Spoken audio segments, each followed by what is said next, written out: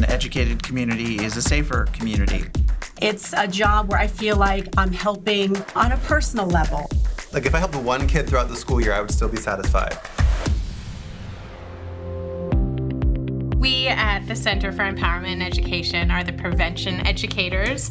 We go out into schools, daycares, we help at WestCon to talk about domestic violence and sexual assault prevention. We're able to provide all of our education programs in the classrooms. We work with athletes, we work with Greek life, clubs and organizations on campus. We also provide awareness events in addition to training for faculty and staff. The average outreach of the education department has been about 25 to 28,000 people see our programs a year. Last year with COVID, we reached 32,000 people and growing. Sphere is an organization in Ridgefield that was started 30 years ago, and we are an organization for adults with disabilities. We're so happy when we get to work with the center. The members love everything that they do for us, and it's wonderful to have another organization within the community that will help reach our members and develop ideas and create programs for them that is appropriate. I think we do a good job of bringing options and skill sets to the kids to really help them put a voice to what they're feeling and also to understand taking a deep breath or practicing some other skills to calm down before reacting out of emotion. We're not like going into schools and being like, scaring students and being like, these are the signs of abuse, this is what's gonna happen, you need to look out. It's like we are building the foundation of you can advocate for yourself, you can, in your own life, in a relationship, this is what you deserve in a relationship and you don't need to make these kinds of sacrifices. I was teaching a class on healthy relationships and dating abuse, and it was actually virtual during the pandemic. And even with it being virtual, I had a student message me directly and say, hey, can I email you after this?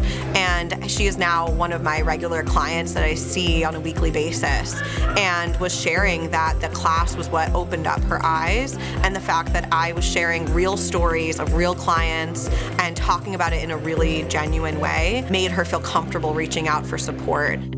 I can't say enough about the center. It's made this campus a much more responsive campus to students' needs. We're in good hands in this relationship with the Center for Education Empowerment. I'm very happy that they're here, and it's been a real privilege for me to work with them. I've learned a lot.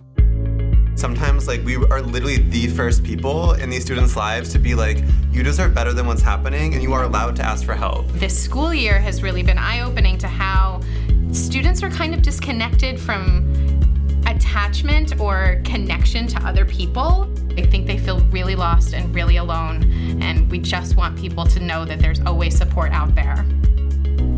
We would love to add more educators to be able to fulfill the need for education in this area. We would love to be in 100% of the schools. Right now, that's just not physically possible. We can't multiply ourselves and we can't be in multiple places at once, but also the job is difficult. There are days for sure where you go into high schools and you're talking about domestic violence and sexual assault, and a kid comes up to you with tears in their eyes and they want to talk, and you're like, all right, I got 15 minutes to triage this and get myself together before I start teaching again. There are rewarding days for sure, but there are days where you feel spread really thin. We have seen such a benefit here at Bethel Middle School. It would be so wonderful for the center to be able to offer this to as many students as widely as possible, and that plants a seed for future generations. The more students have access to this kind of content, the better off our whole society will be.